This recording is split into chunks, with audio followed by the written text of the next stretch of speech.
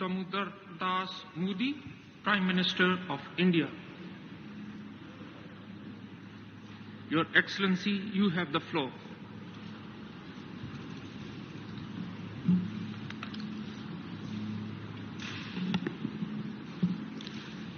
Friends, आज मैं आपके बीच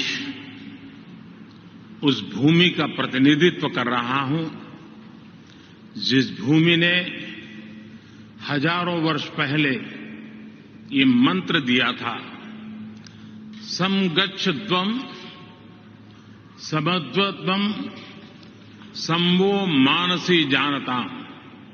आज 21वीं सदी में ये मंत्र और ज्यादा महत्वपूर्ण हो गया है, प्रासंगिक हो गया है। समगच्छध्वम् यानी सभी साथ मिलकर चले, संवध्वम् यानी सभी मिलजुल कर आपस में संवाद करें, और संवो मनानसी जानताम् यानी सभी के मन भी आपस में मिले रहें। फ्रेंड्स, जब मैं पहली बार क्लाइमेट समिट में पेरिस आया था, तब मेरा यह इरादा नहीं था कि दुनिया में हो रहे अनेक वायदों में एक वायदा अपना भी जोड़ दूं। मैं पूरी मानवता के लिए एक चिंता के साथ आया था। मैं उस संस्कृति के प्रतिनिधि के रूप में आया था जिसने सर्वे भवन्तु सुखिनः अर्थात सभी सुखी रहे का संदेश दिया है। और इसलिए मेरे लिए पेरिस में हुआ आयोजन एक समिट नहीं, सेंटिमेंट था, एक कमिटमेंट था। और भारत वो वायदे विश्व से नहीं कर रहा था, बल्कि वो वायदे 125 करोड़ भारतवासी अपने आप से कर रहे थे। और मुझे खुशी है कि भारत जैसा विकासशील देश जो करोड़ों लोगों को गरीबी से बाहर निकालने में जुटा है, जो करोड़ों लोगों की ईज ऑफ लिविंग पर रात दिन काम कर रहा है, आज विश्व की आबादी का 17% होने के बावजूद जिसकी एमिशंस में रिस्पांसिबिलिटी सिर्फ 5% रही है, उस भारत ने अपना कर्तव्य पूरा करके दिखाने में कोई कसर बाकी नहीं छोड़ी है।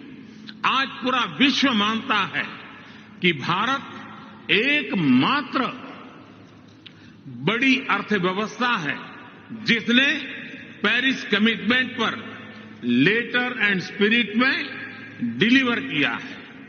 हम संकल्पबद्ध होकर हर संभव एफर्ट्स कर रहे हैं, परिश्रम कर रहे हैं और परिणाम लाकर दिखा रहे हैं। फ्रेंड्स, आज जब मैं आपके बीच आया हूं तो भारत के ट्रैक रिकॉर्ड को भी लेकर के आया हूं। मेरी बातें सिर्फ शब्द नहीं हैं, ये भावी पीढ़ी के उज्जवल भविष्य का जयघोष है। आज Bharat installed renewable energy capacity में विश्व में चौथे नंबर पर है। बीते 7 वर्षों में भारत की नॉन फोसिल फ्यूल एनर्जी में 25% से ज्यादा की वृद्धि हुई है और अब ये हमारे एनर्जी मिक्स का 40% पहुंच गया है। फ्रेंड्स, विश्व की पूरी आबादी से भी अधिक यात्री भारतीय रेल से हर वर्ष यात्रा करते हैं। इस विशाल रेलवे सिस्टम ने अपने आप को 2030 तक नेट जीरो बनाने का लक्ष्य रखा है। अकेली इस पहल से सालाना 60 मिलियन टन एमिशन की कमी होगी। इसी प्रकार हमारे विशाल एलईडी बल्ब अभियान से सालाना 40 मिलियन टन एमिशन कम हो रहा है। आज भारत दृढ़ इच्छा शक्ति के साथ ऐसे कई सारे इनिशिएटिव्स पर तेजी से काम कर रहा है। इसके साथ ही भारत ने अंतर्राष्ट्रीय स्तर पर दुनिया का सहयोग करने के लिए इंस्टीट्यूशनल सॉल्यूशन भी दिए हैं। सोलर पावर में एक क्रांतिकारी कदम के रूप में हमने इंटरनेशनल सोलर अलायंस की पहल की। क्लाइमेट एडप्शन के लिए हमने coalition for disaster resilient infrastructure का निर्माण किया है। ये करोड़ों जिंदगियों को बचाने के लिए एक संवेदनशील और महत्वपूर्ण पहल है। फ्रेंड्स, मैं एक और महत्वपूर्ण विषय पर आप सभी का ध्यान केंद्रित करना चाहता हूं। आज विश्व मान रहा है कि क्लाइमेट चेंज में लाइफस्टाइल की एक बहुत बड़ी भूमिका है। मैं आज आपके सामने एक वन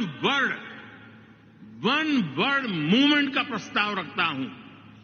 वन वर्ल्ड एक शब्द क्लाइमेट के संदर्भ में वन वर्ल्ड एक विश्व का मूल आधार बन सकता है, अधिष्ठान बन सकता है। ये एक शब्द है लाइफ, LIFE, यानी लाइफ स्टाइल फॉर एनवायरमेंट। आज जरूरत है कि हम सभी लोग एक साथ आकर कलेक्टिव पार्टिसिपेशन के साथ लाइफ स्टाइल फॉर एनवायरमेंट यानी लाइफ को एक अभियान की तरह आगे बढ़ाएं। ये एनवायरमेंटल कॉन्शियस लाइफस्टाइल का एक मास मूवमेंट बन सकता है।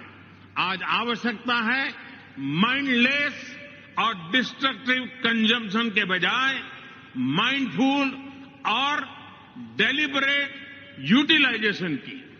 ये मूवमेंट एक साथ मिलकर ऐसे लक्ष्य तय कर सकता है जो डाइवर्स एरिया जैसे fishing, agriculture, wellness, dietary choices, housing, packaging, hospitality, tourism, clothing, fashion, water management और एनर्जी जैसे अनेक सेक्टर्स में एक क्रांतिकारी बदलाव ला सकता है। ये ऐसे विषय हैं जहां हम में से प्रत्येक को हर रोज कॉन्शियस चॉइस करनी होगी। पूरी दुनिया में करोड़ों अरबों लोगों के हर रोज की ये चॉइसेस क्लाइमेट चेंज के खिलाफ लड़ाई को हर दिन बिलियन स्टेप्स आगे ले जाएगी। और मैं इस आर्थिक आधार पर, वैज्ञानिक आधार पर, बीती शताब्दी के अनुभवों के आधार पर हर कसौटी पर खरा उतरने का मूवमेंट मानता हूं। स्व से समझने का यही रास्ता है, अहम से वयम के कल्याण का यही रास्ता है।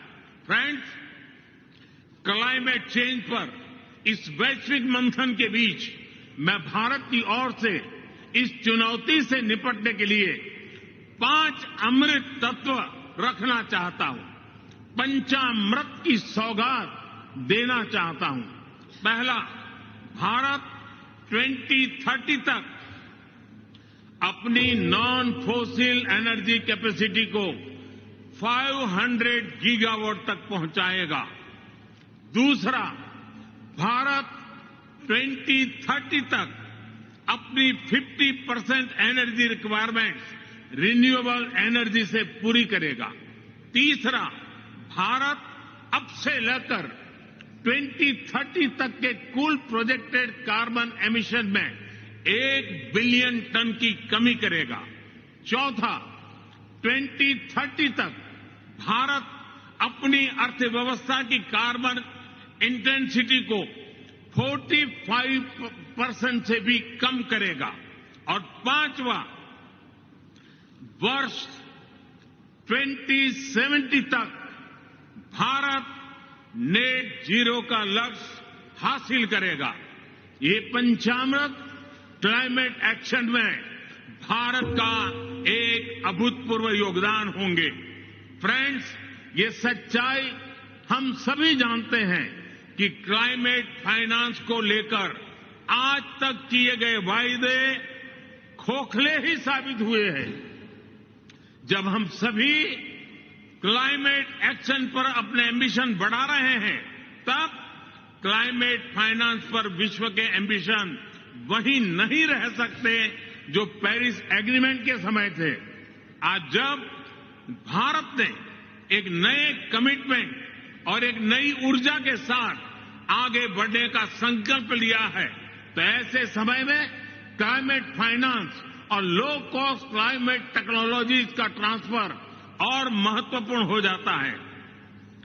भारत की अपेक्षा है कि विकसित देश जल्द से जल्द $1 ट्रिलियन का क्लाइमेट फाइनेंस उपलब्ध कराएं। आज आवश्यकता है कि जैसे हम क्लाइमेट मिटिगेशन में हुई प्रगति को ट्रैक करते हैं, वैसे ही हम क्लाइमेट फाइनेंस को भी ट्रैक करें। उचित न्याय तो ये होगा कि जो देश क्लाइमेट फाइनेंस पर किए अपने वादों पर खरे नहीं उतरे, उन पर दबाव बढ़े। फ्रेंड्स, आज भारत क्लाइमेट के विषय पर बहुत ही साहस और बड़ी महत्वाकांक्षा के साथ आगे बढ़ रहा है। भारत अन्य सभी विकासशील देशों की पीड़ा भी समझता है, उन्हें साझा करता है और उनकी अपेक्षाओं की अभिव्यक्ति भी निरंतर करता रहेगा। कई विकासशील देशों के लिए क्लाइमेट चेंज उनके अस्तित्व पर मंडरा रहा है, एक बड़ा संकट है। हमें दुनिया को बचाने के लिए आज बड़े कदम उठाने ही होंगे। यही समय की मांग है और यही इस फोरम की प्रासंगिकता भी सिद्ध करेगा। मुझे विश्वास है कि ग्लासगो में लिए गए निर्णय हमारी भावी पीढ़ियों का भविष्य बचाएंगे और सुरक्षित और समृद्ध जीवन का उपहार देंगे। अध्यक्ष जी, मैंने समय अधिक लिया, आपसे मैं क्षमा चाहता हूं, लेकिन विकासशील देशों की आवाज उठाना ये मैं अपना कर्तव्य मानता हूं, इसलिए मैंने उस पर भी बल दिया है। मैं फिर एक बार आपका बहुत बहुत धन्यवाद करता हूं।